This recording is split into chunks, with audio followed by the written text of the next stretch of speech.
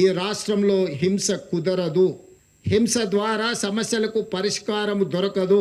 హింసకు పాల్పడిన ఆయుధాలను తమ చెంత పెట్టుకున్న చట్టపరంగా ప్రభుత్వం వ్యవహరిస్తుందని అమిత్ షా గారు చెప్పడం జరిగింది.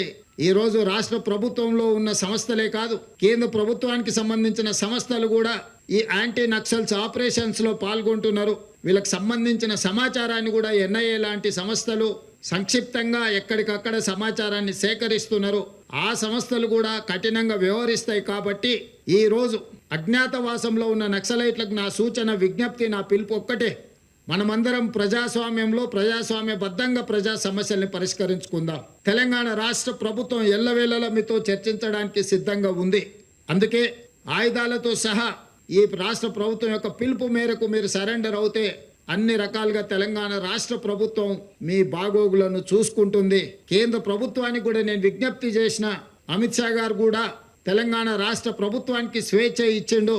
ఆరోగ్యం విషయంలో, ఆర్థిక వెసులుబాటు విషయంలో, నివసించడానికి ఇంటి స్థలము, ఇల్లు నిర్మాణానికి ఆర్థిక పరమైన సహాయంలో కూడా మమ్మల్ని స్వేచ్ఛగా ముందుకు వెళ్ళమని అమిత్ షా గారు చెప్పిండ్రు మొన్న జరిగిన చర్చల సందర్భంగా.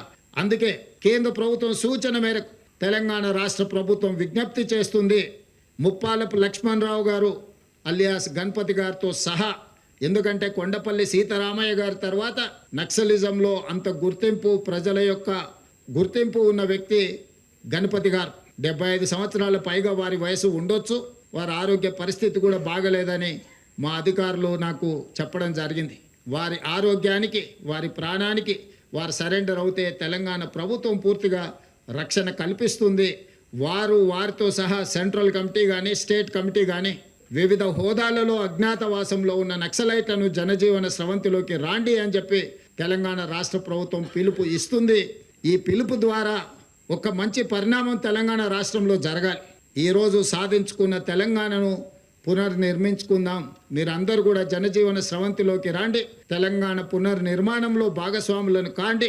గ్రామీణ ప్రాంతాలలో, తండాలలో, గూడాలలో, మారుమూల పల్లెల్లో, అటవీ ప్రాంతంలో ఉన్న గిరిజనుల యొక్క హక్కులను, అక్కడ వాళ్ళ ఆర్థిక స్తోమతను పెంచడానికి ఈ ప్రభుత్వం కట్టుబడి ఉన్నది. ఈ ప్రభుత్వం అన్ని వసతులను ఏర్పాటు చేస్తుంది.